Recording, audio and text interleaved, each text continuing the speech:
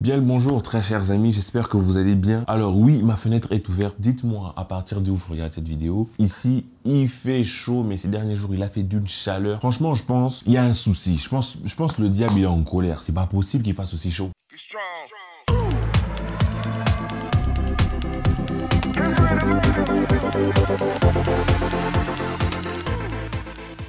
Alors, à Skip, le FC Barcelone va aller chercher Haaland en 2025. Dites-moi ce que vous en pensez.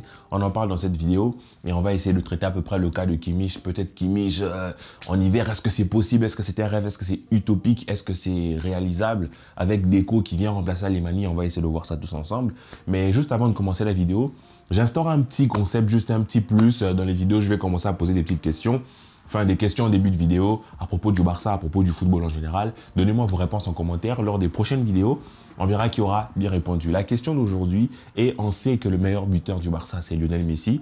Enfin, meilleur buteur en tout, hein, c'est Lionel Messi. Alors, qui est le deuxième meilleur buteur de l'histoire du Barça? Certains connaissent clairement la réponse. Donnez-moi ça en commentaire, on va voir qui s'y connaît. Ça va nous permettre de faire un petit récapitulatif, un petit travail en fait sur nos connaissances, sur notre beau et grand club FC Barcelone. On commence juste après le légendaire. S'abonnez-vous. Alors, on va commencer par Kimmich. On va parler de Kimmich d'abord, parce que si vous voulez voir du Haaland et tout, nous parlons rapidement de Kimmich. Alors, le FC Barcelone, déjà de base, d'où vient cette rumeur? Le FC Barcelone voudrait recruter un numéro 6 en hiver pour essayer de faire reposer Oriol Romeu, qui, on le sait, à la pointe fixe, basse, c'est Oriol Romeu. Xavi ne voit pas De Jong comme 6, De Jong lui-même ne se voit pas comme 6. Gundogan peut jouer au poste de 6, mais ce n'est pas un 6. Donc le vrai 6 de formation que l'on a à l'heure actuelle, c'est Oriol Romeu. Bien sûr, on a aussi les Casado, les petits jeunes de la B, mais apparemment, Xavi n'en a rien à carrer. C'est bizarre quand même parce que ceux qui ont l'habitude de suivre la Masia, les jeunes de la B, les jeunes de Barça Athlétique, nous disent que dans la Masia, en fait, il y a beaucoup de 6 que Xavi aurait pu au moins tenter, au moins tester, il ne l'a pas fait. Alors, il y a une rumeur qui dit que le Barça, je pense que c'est plus qu'une rumeur, même c'est presque avéré que le Barça ira chercher un numéro 6 pour l'hiver. Et après, voilà, on pense à Kimmich, le Barça va se repositionner sur Kimmich, peut-on. Alors, clairement pour Kimmich, en hiver, je vous dis clairement les choses telles que je le pense, c'est mort. Franchement, c'est mort. Moi, j'y crois pas une seule. Donc, c'est plus possible de ramener Haaland que Kimmich en hiver. C'est pas possible. Moi, j'y crois pas parce que on est en plein milieu de la saison. La saison aura déjà commencé. Il est au Bayern. Le Bayern est un club qui fait des choses, on va dire, plutôt bien. C'est vrai que des fois, il galère. C'est galère de faire des affaires avec eux. Mais dans l'ordre des choses, c'est pas un club qui va te garder en prison. C'est un club qui libère ses joueurs, mais qui les fait toujours avec une certaine préparation. Donc, les voir lâcher Kimmich en hiver, alors que c'est Kimmich, quoi. Franchement, moi, j'y crois pas. C'est le cœur, c'est l'un des joueurs phares en sélection, l'un des joueurs phares du Bayern. Je vois pas le Bayern s'en débarrasser en plein milieu. Même si demain, il devenait remplaçant, je vois pas comment Kimmich pourrait quitter le Bayern en plein milieu. Donc, pour moi, cette rumeur, elle est fausse. Pour moi, cette rumeur, elle est à écarter. Alors, pourquoi? Parce que je pense que le Barça ira peut-être sur Kimmich lors du prochain mercato. Maintenant, c'est à voir, parce que lors du prochain mercato, il faut savoir que le Barça sera très, très actif. C'est vrai, le précédent mercato vient de se terminer, mais je vous informe que sur le prochain, le Barça sera très actif. Avec déjà, il y a potentiellement, on va peut-être relancer Bernardo Silva, peut-être on va relancer Dani Olmo, peut-être aussi on va se plonger sur la guerre pour aller voir Florian Wirtz, qui lui le dit depuis tout longtemps, il veut venir au Barça. Donc vous voyez déjà qu'en termes de finances, on a beaucoup d'axes de travail où le Barça pourrait, où le Barça va investir. Est-ce qu'on va entrer dans une petite guerre avec le Bayern pour aller prendre Kimmich à peut-être 40 millions, 30 millions?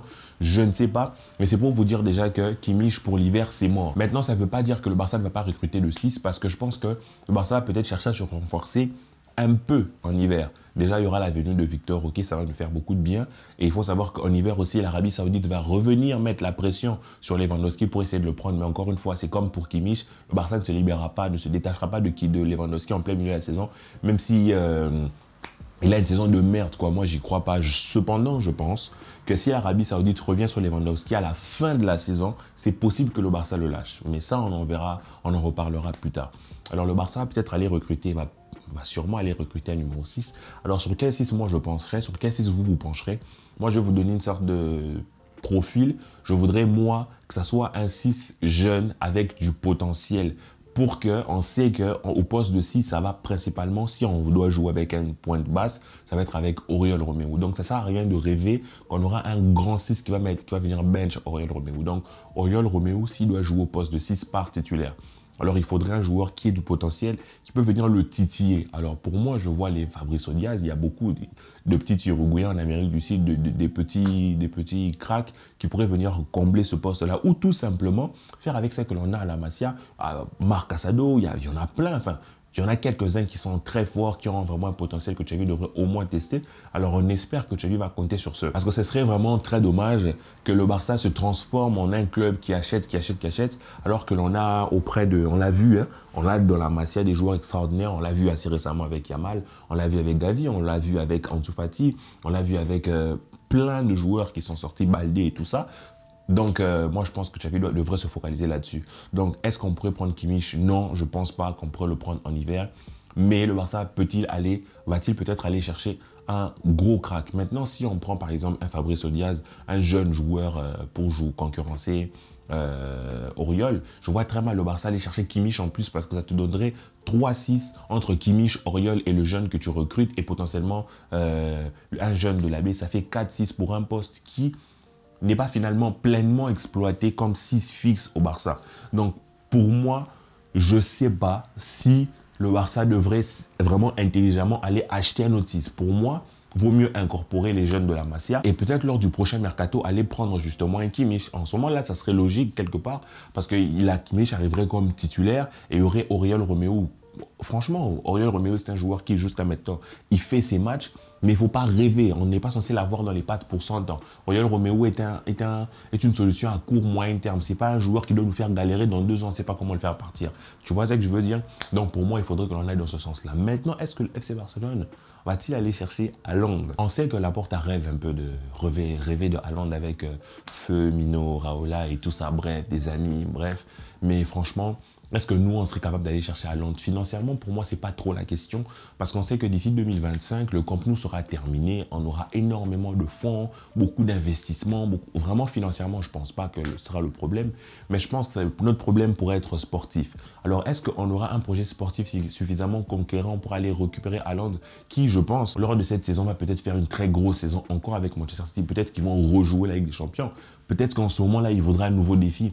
Mais est-ce que nous, on sera à la mesure de ce que lui sera devenu d'ici 2025, je me pose la question parce qu'il peut potentiellement déjà prendre un ballon d'or, potentiellement prendre un deuxième ballon d'or. Donc, il pourrait arriver chez nous au FC Barcelone en 2025 avec potentiellement 2 ballons d'or dans les bagages. Est-ce que nous, le FC Barcelone, en ce moment-là, on sera prêt sportivement? Alors oui, c'est un contraste triste que l'on fait. C'est une question triste que l'on se pose parce qu'avant, c'était plutôt est-ce que le joueur, lui, sera à la hauteur du FC Barcelone? Mais la vérité, c'est qu'aujourd'hui, au niveau de notre qualité sportive, celle que nous présentons aux yeux de l'Europe, on n'est pas forcément au top. Ça soit, on donne l'impression qu'on est fauché, en Ligue des Champions, on n'y arrive plus. Donc pour moi, que ce soit pour Haaland ou pour tout autre crack des années à venir, il faut se dire que ce n'est pas tous les joueurs qui se réveillent avec une folie amoureuse pour le FC Barcelone. Il y a des joueurs qui ont été des légendes du Barça sans forcément vivre et respirer, sans forcément être des Gavi. Ouais, Gavi, quand tu regardes Gavi, tu sens que c'est Barça ou la mort, quoi. Tu vois, ce n'est pas tous les joueurs qui sont dans ce sens-là. Pourtant, on doit pouvoir les attirer. Pas avec seulement les belles paroles, avec les images de Messi en 2011, avec la tête de Lionel Messi, avec le but de Coman dans les années 80 et dire waouh, on a une belle légende avec Johan Cruyff. Oui, c'est bien, mais on doit être présent dans le présent, on doit être constant maintenant. Donc pour moi, le vrai travail, le vrai challenge, c'est que justement Xavi, que son équipe arrive à créer une cohérence, une évolution, une progression pour ce groupe. Pas pour Haaland en particulier, mais parce que je pense que le groupe stagne un peu. Stagne pourquoi? Parce que justement, tout simplement, d'un point de vue européen, en fait, c'est d'humiliation en humiliation. Avant, on avait les humiliations de on perdait, on était éliminé 4-0, 5-0, 8-2. Maintenant, les 2 dernières années, notre humiliation, c'était quoi? Ben, c'est de ne pas se qualifier, enfin, de même pas passer les poules. Donc, pour moi, est-ce que le FC Barcelone pourra aller chercher Haaland en 2025? Tout dépend du projet sportif. Je ne parle même pas d'économique. Peu importe combien il vaut, même si moi je pense que même s'il vaut 300 millions, le FC Barcelone sera dans une telle stature et dans une telle fermeté financière entre le stade, les revenus et la marque Barça, le développement que Laporte est en train de faire en Arabie Saoudite. Donc je pense que les fonds, il y en aura. mais vraiment, ça va être d'un point de vue sportif. On ne peut pas avoir le nouveau Camp Nou énorme qui est un centre de tout ce que vous voulez et on n'arrive toujours pas à passer les poules où on se démerde toujours avec un coach qui, ou bien, ouais, voilà, on doit changer ceci, on doit changer cela, mais ça ne marche pas. On a tous les joueurs du monde, mais ça ne marche pas. Alors, ça, c'était mon avis. Je vous laisse avec ça. Je vous prépare juste après ceci une autre vidéo pour vous parler de Lewandowski, vous donner mon avis sur Lewandowski. J'espère qu'elle vous plaira. Que la paix soit sur vous, les amis. On continue de s'abonner. Et peace.